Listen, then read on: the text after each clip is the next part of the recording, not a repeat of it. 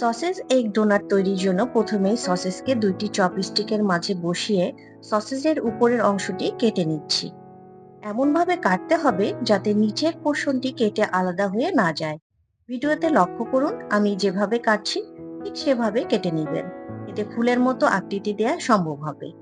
Chopstick দিয়ে কাটলে নিচের পোর্শনটি একেবারেই কেটে যাওয়ার চান্স নেই এবং উপরের দিক থেকে ইভেনলি অর্থাৎ সমানভাবে কেটে নিতে পারবেন। প্রথমটি কাটা হয়ে গেছে, এভাবে আমি সবগুলি সসেস কেটে নিব। ডোনাটের শেপ দেবার জন্য সসেসকে রাউন্ড করে নিয়ে তা টুথপিক দিয়ে গেঁথে দিব যাতে খুলে না যায়। এভাবে আমি সবগুলি ডোনাট তৈরি করে নিব।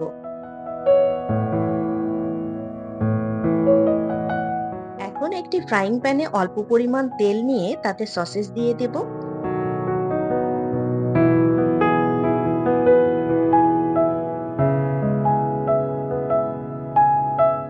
সসেজের এক পিঠ ভাজা হয়ে গেছে, এখন আমি উল্টিয়ে নিচ্ছি।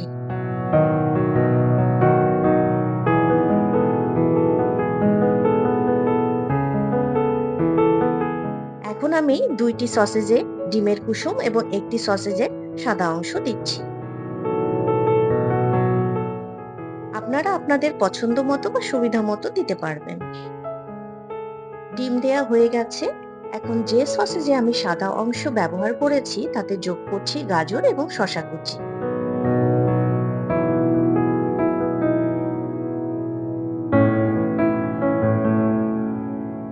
দিয়ে দিচ্ছি সামান্য পরিমাণে লবণ ও গোলমরিচ গুঁড়া।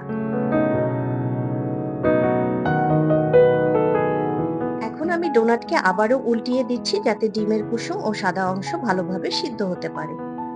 যারা কার্বোহাইড্রেট অ্যাভয়েড করতে চান এবং স্বাস্থ্য সচেতন তারা এই রেসিপিটি ট্রাই করতে পারেন, কারণ ডিমের কুসুমে আছে এ, ডি, ই, কে ভিটামিন এবং আয়রন, ক্যালসিয়াম, জিঙ্ক, যা ইমিউন সিস্টেম ও বোন হেলথের জন্য ভালো এবং হেলদি ফ্যাটস থাকায় স্কিন গ্লো করতে সাহায্য করে।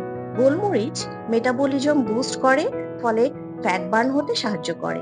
আমি এখানে হোমমেড চিকেন সসেজ ব্যবহার করেছি। সসেজে মিট থাকায় এর থেকে প্রোটিন পাওয়া যাবে। হয়ে গেল আমার সসেস এগ ডোনাট। এখন এখান থেকে টুথপিক সরিয়ে নিচ্ছি। এই রেসিপিটি কুইক স্ন্যাক হিসেবে ভালো, তবে লবণ আর রেডিমেড সসেস পরিমিত রাখলে খাবারটা হবে হেলদি এবং টেস্টি। আজ এ পর্যন্তই, আবারও দেখা হবে। আল্লাহ হাফেজ।